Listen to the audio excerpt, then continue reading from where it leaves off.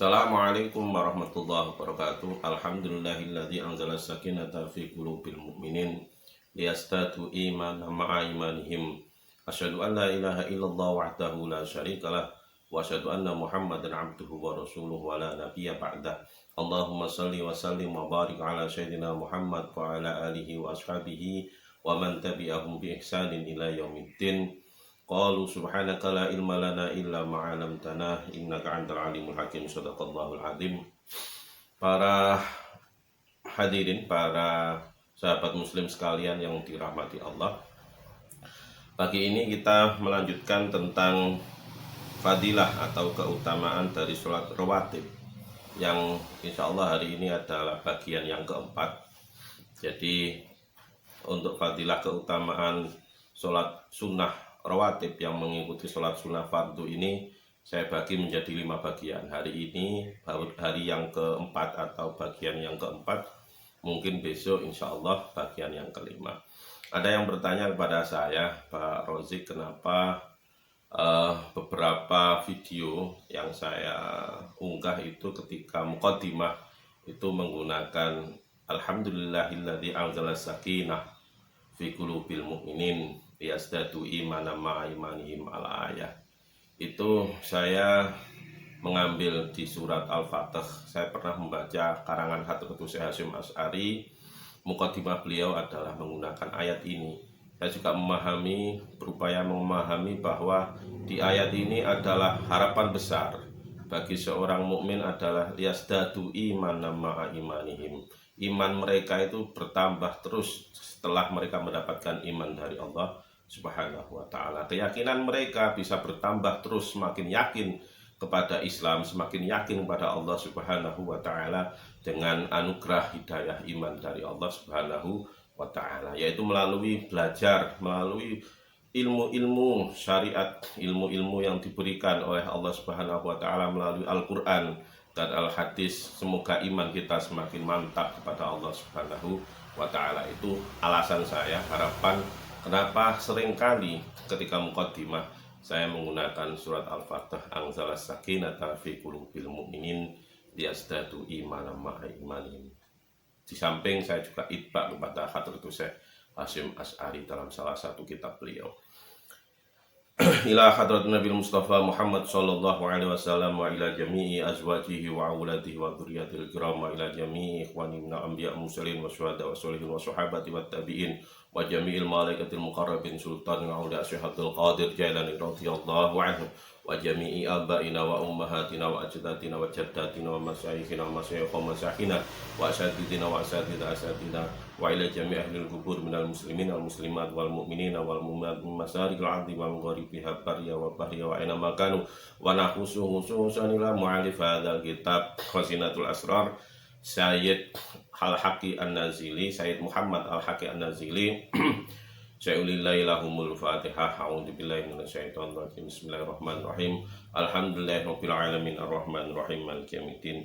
Iyyaka na'budu wa iyyaka nasta'in. Ihdinas siratal mustaqim. Siratal ladzina an'amta 'alaihim ghairil maghdubi 'alaihim waladdallin. Amin ya rabbal alamin.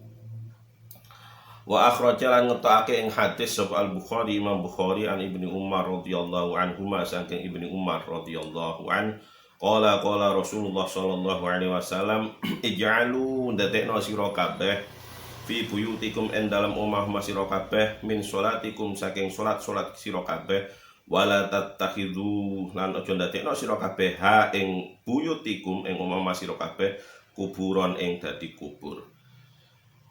Riwayat Imam Bukhari dari Ibnu Umar radhiyallahu anhu bahwa Rasulullah pernah bersabda, jadikan rumah-rumah kalian adalah untuk sholat-sholat sunnah kalian. Jadi Rasulullah itu ketika sholat wajib, sholat fardu itu jamaah di Masjid Nabawi. Kemudian di samping Masjid Nabawi, Masjid Madinah itu ada dalam beliau, ada gerio beliau, ada rumah beliau.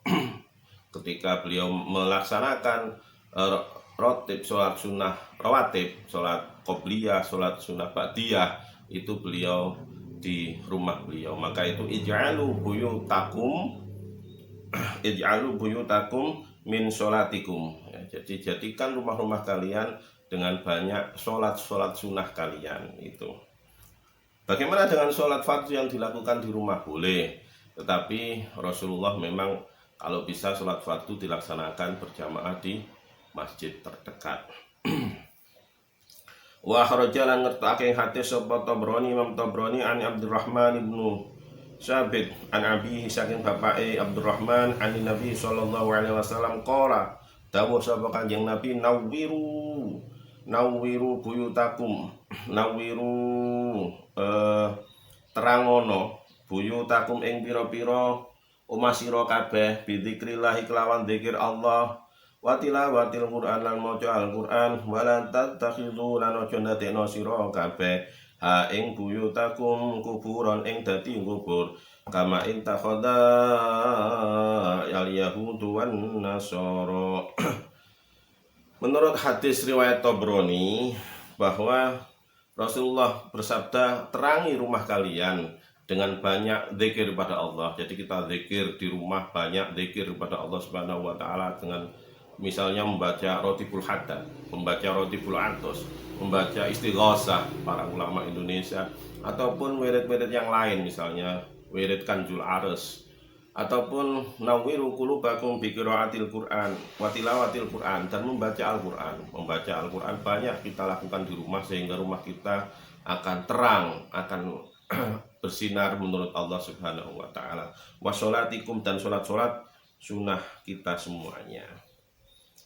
Jadi jangan sampai rumah kita tidak digunakan apa-apa, seperti kita menggunakan rumah itu seperti kuburan, sepi, tidak ada apa-apanya. Begitu juga di bab-bab terdahulu tentang fadilah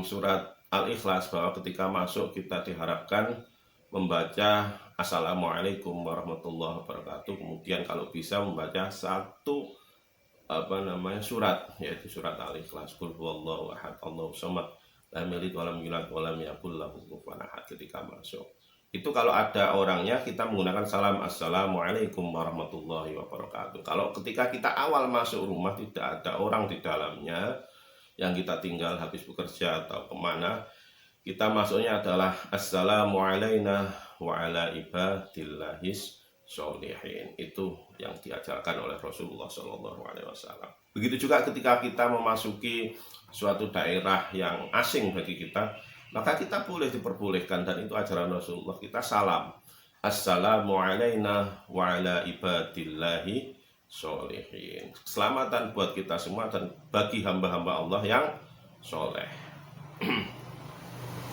Wa akhraja lan ngetokake ing hadis sapa Abu Dawud wan Nasa'i lan Imam Nasa'i wa Turmudi lan Imam Turmudi wa Ibnu Majah an Habibah zaujin Nabi sallallahu alaihi wasallam qalat dawu sapa Habibah garwane Kanjeng Nabi, qala Rasulullah sallallahu alaihi wasallam man hafadha man utawi sapane wong hafadha kang jaga sapa man ala arba'ati rakaatin qabla dhuhur ing atase petang rakaat sadurunge zuhur wa arba'atin ba'daha wa arba'in lan petang rakaat ba'daha sawise salat zuhur mongko haramallahu mongko ngaramake hu ing man sapa Allahu Allah ala nari ing atase neraka.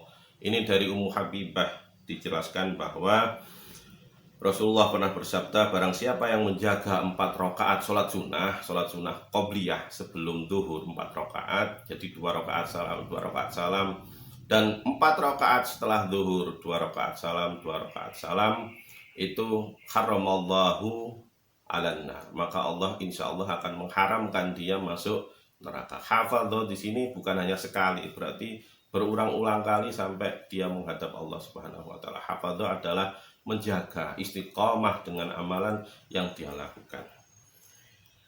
Ini bab yang keempat, bagian yang keempat tentang keutamaan atau fadilah sholat sunnah rawatib. Nanti besok insya Allah kita lanjutkan versi yang terakhir atau bagian yang kelima atau bagian yang terakhir. Kemudian kita akan memasuki fadilah-fadilah yang lain, misalnya tentang bahas surat Al-An'am misalnya. Nanti insya Allah kita lihat situasi besok. Wallahu a'lam bishawab. Kebenaran hanya milik Allah Subhanahu wa taala. Aqulu qauli hadza wallahu muwaffiq ila aqwamit thoriq. Wassalamualaikum warahmatullahi wabarakatuh.